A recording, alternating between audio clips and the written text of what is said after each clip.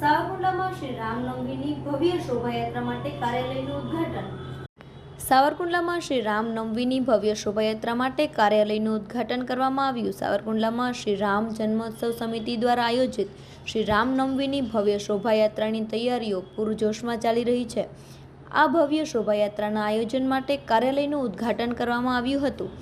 આ શુભ અવસરે શ્રી સત્યનારાયણ ભગવાનની કથાનું સુંદર આયોજન પણ કરવામાં આવ્યું હતું। આ ઉપરાંત તારીખ 29 માર્ચ 2025ને શનિવારે સાંજે 9 કલાકે હનુમાન ચાલીસાના પાઠનું સુંદર આયોજન કરવામાં આવ્યું છે। શ્રી રામ જન્મોત્સવ સમિતિ દ્વારા તમામ ધર્મપ્રેમી જનતાને પધારવા આમંત્રણ આપવામાં આવ્યું છે।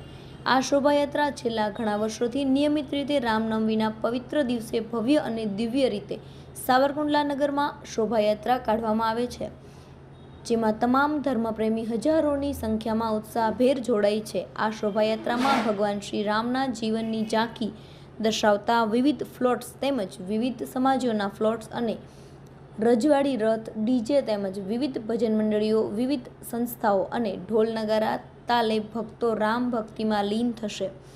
તેમજ સાથોસાથ શોભાયાત્રા દરમિયાન વિવિધ સ્થળોએ શરબત, છાશ અને પ્રસાદનું વિતરણ વિવિધ મંડળો દ્વારા કરવામાં આવશે। સાવરકુંડલા શહેરમાં મુખ્ય માર્ગો પરથી પસાર થતી આ શોભાયાત્રા હજારો ભક્તો જોડાશે। શ્રી રામ જન્મોત્સવ સમિતિ દ્વારા તમામ ધર્મપ્રેમી જનતાને આ ભવ્ય શોભાયાત્રામાં ભાગ લેવા માટે આમંત્રણ આપ્યું છે। આ શોભાયાત્રા સાવરકુંડલા શહેરના સનાતન આશ્રમ જેસર રોડથી પ્રસ્થાન થશે અને શહેરના મુખ્ય માર્ગો પર ફરી રામજી મંદિર ઝીંઝુડા ગેટ ખાતે પૂર્ણ થશે। આ શોભાયાત્રા સાવરકુંડલાના નગરજનો માટે એક મહત્વપૂર્ણ ધાર્મિક ઉત્સવ અને સાવરકુંડલાની સંસ્કૃતિનો ભાગ છે। આ શોભાયાત્રાના ભાગને લઈ ભક્તો ભગવાન શ્રી રામના આશીર્વાદ મેળવે છે। કોઈ જાણવા માટે સમર્થ હોય ત્યારે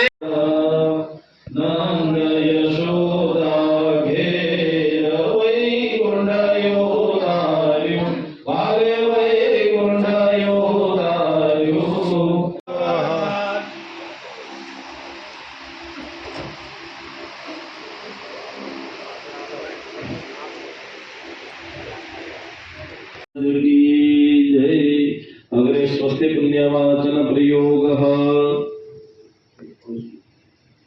जिग्नमि मिश्रान्नो विप्रतान्नो भरीमभिः आजिग्रकल सम्मय्या।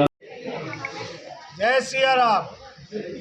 रामनवमीनी शोभायात्राનું કાર્યાલય અત્યારથી રામ જન્મ મહોત્સવનું કાર્યાલય ચાલુ થઈ ચૂક્યું છે। આજે સત્યનારાયણની કથા કરવામાં આવી। આવતા શનિવારે હનુમાન ચાલીસાના પાઠ રાખવામાં આવે છે। સાવરકુંડલાની તમામ ધર્મપ્રેમી જનતાને એક જાહેરાત કરવામાં આવે છે કે અહીંયા કાર્યાલય ઉપરથી ધજા પતાકાઓ મળશે। સમગ્ર કુંડલાને સારી રીતે શણગારવામાં આવે।